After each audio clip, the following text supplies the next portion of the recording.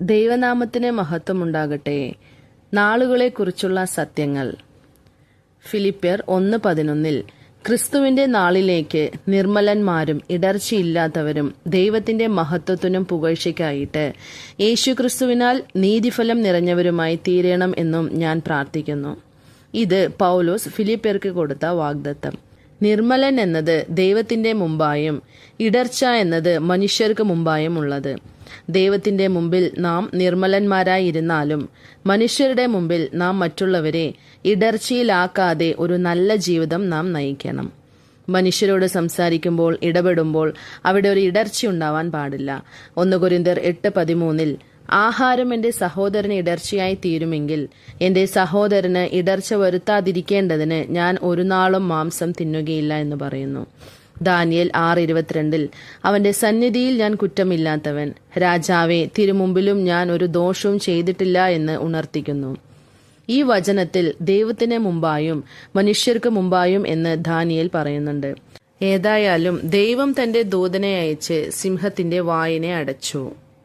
പുരോഹിതന്റെ അര തുടങ്ങി തുടവരെ ചണനൂൽ കൊണ്ടുള്ള കാൽച്ചട്ട ധരിക്കണമെന്ന് പുറപ്പാട് പുസ്തകം 28:42 കാണാം. ഇത് ദൈവത്തിന്റെ മുമ്പാകെ വിശുദ്ധി എന്ന് കാണിക്കുന്നു.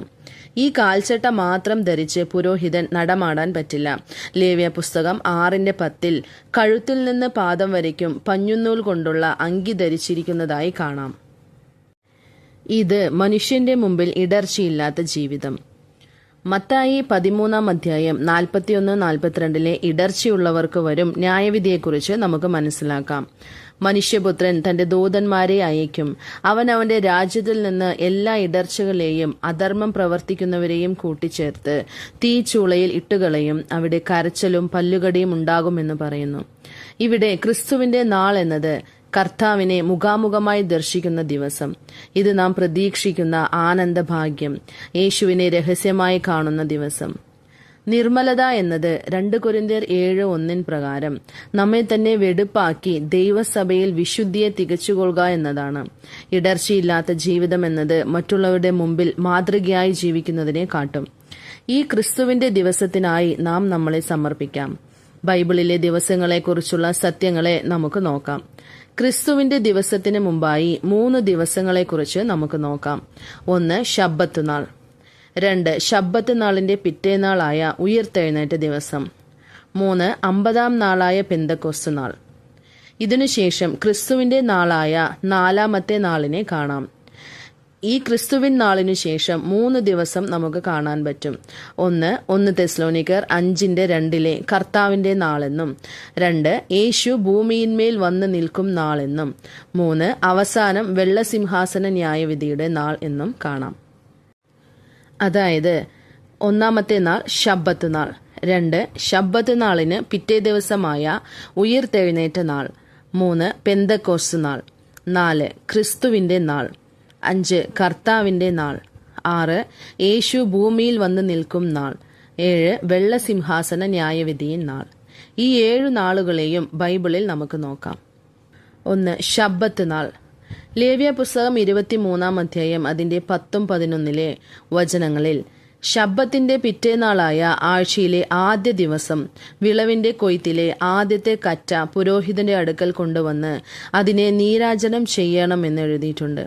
ശബ്ബത്ത് നാൾ എന്നത് 7-ാം നാളിനെ കാണിക്കും. ശബ്ബത്ത് നാളിന്റെ പിറ്റേ ദിവസം എന്നത് ആഴ്ചവട്ടത്തിന്റെ ആദ്യ നാളിനെ കാണിക്കുന്നു.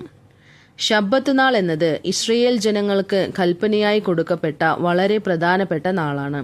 ഇതിനെ അനുസരിക്കാതെ ഇരിക്കാൻ പറ്റില്ല എന്ന് കൽപ്പനയായി കൊടുത്തിട്ടുണ്ട്. പുറപ്പാട് പുസ്തകം 20:8-11 വചനങ്ങളിൽ നമുക്കിതിനെ കാണാം. ശബ്ബത്ത് നാളിനെ ശുദ്ധീകരിപ്പാൻ ഓർക്കാം.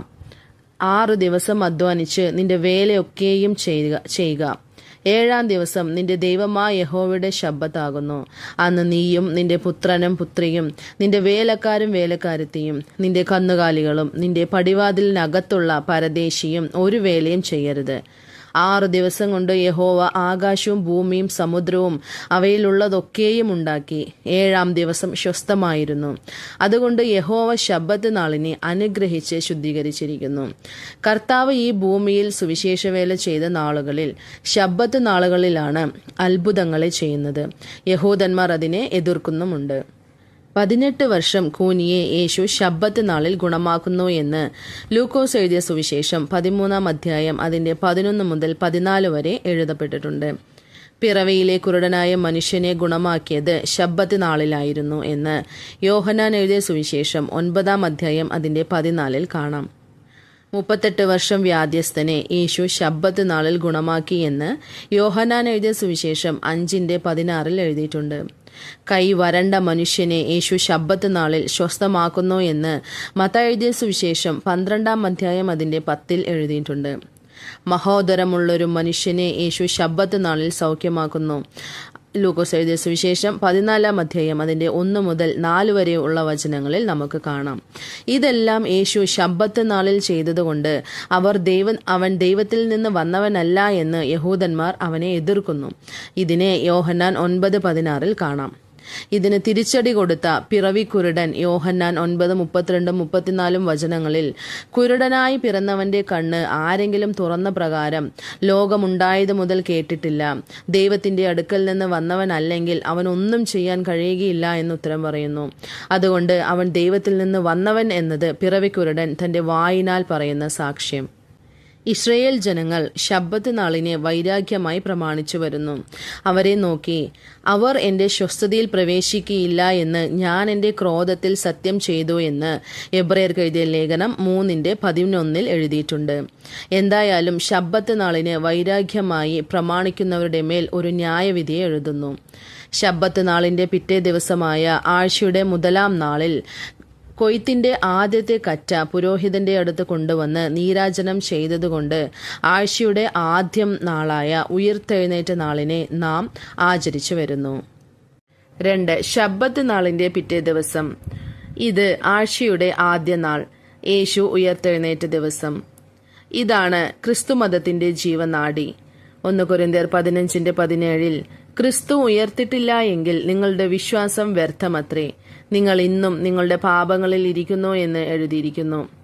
ക്രിസ്തു ഉയർത്തെഴുന്നേറ്റതിനു ശേഷമാണ് ക്രിസ്തുമതം ആരംഭിക്കുന്നത്. മോശയുടെ മാർഗത്തിന് അവസാനം കുറിച്ച് ക്രിസ്തു തന്റെ മാർഗത്തെ സ്ഥാപിക്കുന്നു. അവർ ഉയർത്തെഴുന്നേറ്റതിനു ശേഷം 40 ദിവസം മാത്രമാണ് ജീവനോടെ ഇരിക്കുന്നവനായി അവർക്ക് വെളിപ്പെട്ടത്. ദൈവരാജ്യത്തെക്കുറിച്ച് അവരോട് സംസാരിച്ചു. യേശു തന്റെ ഉയർത്തെഴുന്നേൽപ്പിനെ കുറിച്ച് പല പ്രാവശ്യം അവരോട് പറഞ്ഞാലും അവർ അതിനെ വിശ്വസിച്ചില്ല. അതുകൊണ്ട് അവരെ ശകാരിക്കുന്നു. 1 കൊരിന്ത്യർ 15 അധ്യായം അതിന്റെ 22-23 വചനങ്ങളിൽ ആദാമിൽ എല്ലാവരും മരിക്കുന്നത് പോലെ ക്രിസ്തുവിൽ എല്ലാവരും ജീവിപ്പിക്കപ്പെടും, ഓരോരുത്തരും താന്റെ നിരയിലത്രേ. ആദ്യഫലം ക്രിസ്തു, പിന്നെ ക്രിസ്തുവിനുള്ളവർ അവന്റെ വരവിങ്കൽ എന്ന് എഴുതിയിരിക്കുന്നു. യേശുവാണ് ആദ്യം ഉയർത്തെഴുന്നേറ്റത്. ക്രിസ്തുവിനുള്ളവർ അവന്റെ മാംസത്തിനും അസ്ഥിക്കും അവകാശികൾ. അവരെ പോലെ ജീവനോടെ എഴുന്നേൽക്കും. കാഹള ശബ്ദം മുഴങ്ങുമ്പോൾ ക്രിസ്തുവിൽ മരിച്ചവർ മുമ്പേ ഉയർത്തെഴുന്നേൽക്കുകയും പിന്നെ ജീവനോടെ ശേഷിക്കുന്ന നാം അവനോട് ഒരുമിച്ച് ആകാശത്തിൽ കർത്താവിനെ എതിരേൽപ്പാൻ മേഘങ്ങളിൽ എടുക്കപ്പെടുമെന്ന് 1 തെസ്സലോനിക്കർ എഴുതിയ ലേഖനം 4:16-17 എഴുതപ്പെട്ടിട്ടുണ്ട്. 3. പെന്തക്കോസ്തു നാൾ. ലേവ്യ പുസ്തകം 23 അധ്യായം അതിന്റെ 15-16 വചനങ്ങളിൽ 7 ശബ്ബത്തിന്റെ പിറ്റേന്നാൾ വരെ 50 ദിവസം എണ്ണി യഹോവയ്ക്ക് പുതിയ ധാന്യം കൊണ്ട് ഒരു ഭോജനയാഗം അർപ്പിക്കണം. അപ്പോസ്തലപ്രവൃത്തി 2 പെന്തക്കോസ്ത് നാളിൽ, അതായത് 50-ാം നാളിൽ 120 പേർ കൂടിയിരുന്ന ഇടത്തിൽ അവരുടെ മേൽ പരിശുദ്ധാത്മാവിന്റെ അഭിഷേകം അവരുടെ മേൽ ഇറങ്ങി. 18 നാടുകളിൽ നിന്ന് വന്നിരുന്ന 18 ഭാഷക്കാരായിരുന്ന യഹൂദന്മാർ ഓരോരുത്തൻ താന്റെ ഭാഷയിൽ അവർ ദൈവത്തോട് സംസാരിക്കുന്നത് അവർ കേട്ട് അമ്പരന്നുപോയി. അപ്പോസ്തലനായ പത്രോസ് പെന്തക്കോസ്ത് പണ്ടികയ്ക്ക് വന്ന യഹൂദന്മാർക്ക് നല്ല മറുപടിയും വിശദീകരണത്തെയും കൊടുക്കുന്നതായി നമുക്ക് കാണാം. അപ്പോസ്തല പ്രവർത്തികൾ 2:23-24 വചനങ്ങളിൽ നസറായനായ യേശുവിനെ ദൈവം തന്റെ സ്ഥിര നിർണയത്താലും മുന്നറിവിനാലും ഏൽപ്പിച്ചിട്ട് നിങ്ങൾ അവനെ അധർമ്മികളുടെ കൈയാൽ തറപ്പിച്ചു കൊന്നു.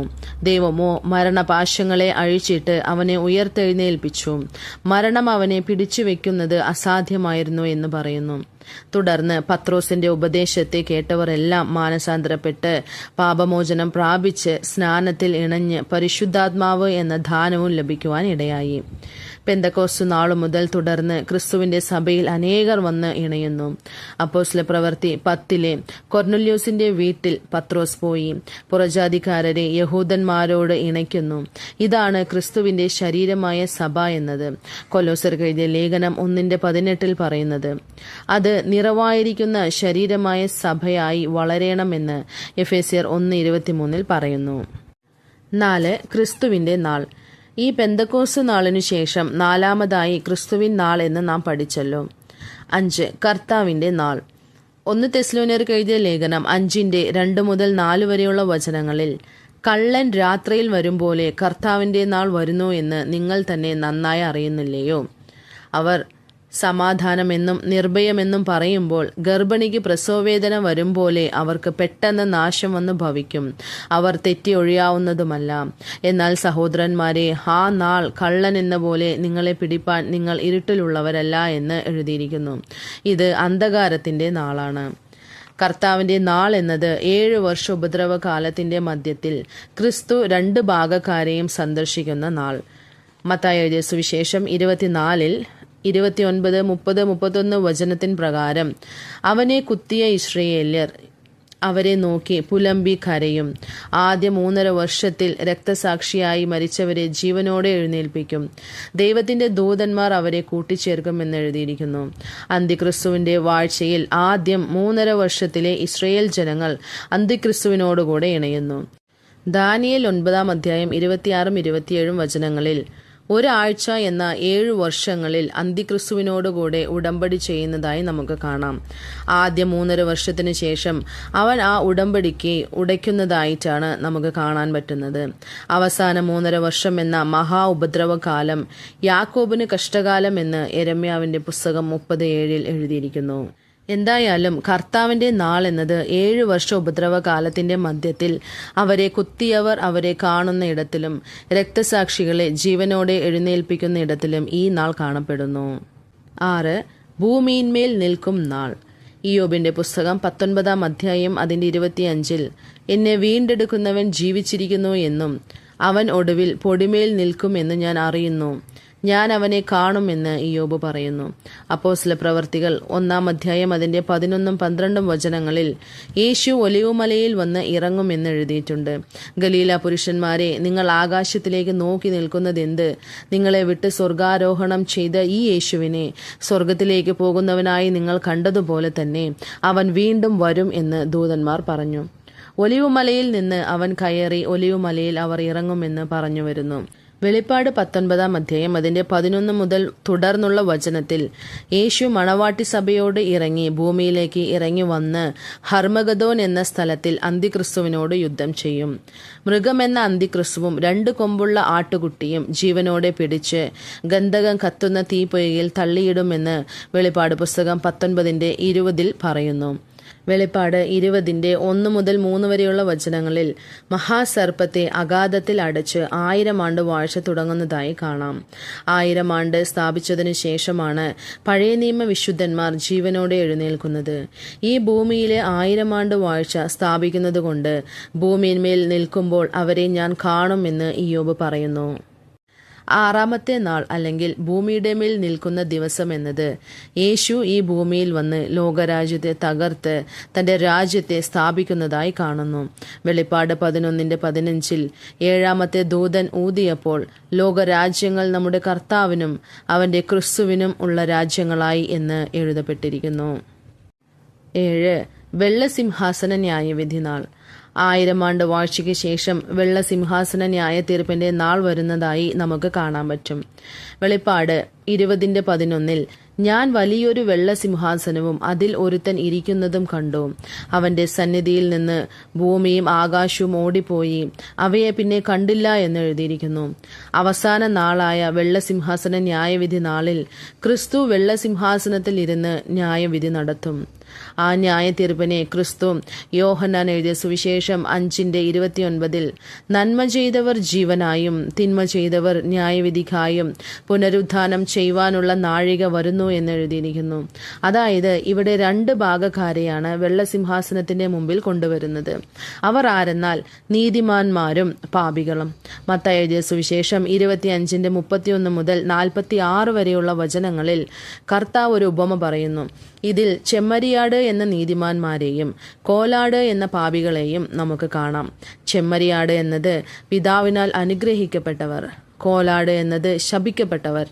ഈ ചെമ്മരിയാട് എന്ന പിതാവിനാൽ അനുഗ്രഹിക്കപ്പെട്ടവരെ നോക്കി, എൻ പിതാവിനാൽ അനുഗ്രഹിക്കപ്പെട്ടവരെ, വരുവിൻ, ലോകസ്ഥാപനം മുതൽ നിങ്ങൾക്കായി ഒരുക്കിയിരിക്കുന്ന രാജ്യം അവകാശമാക്കിക്കൊള്ളുവിൻ എന്ന് പറയുന്നു.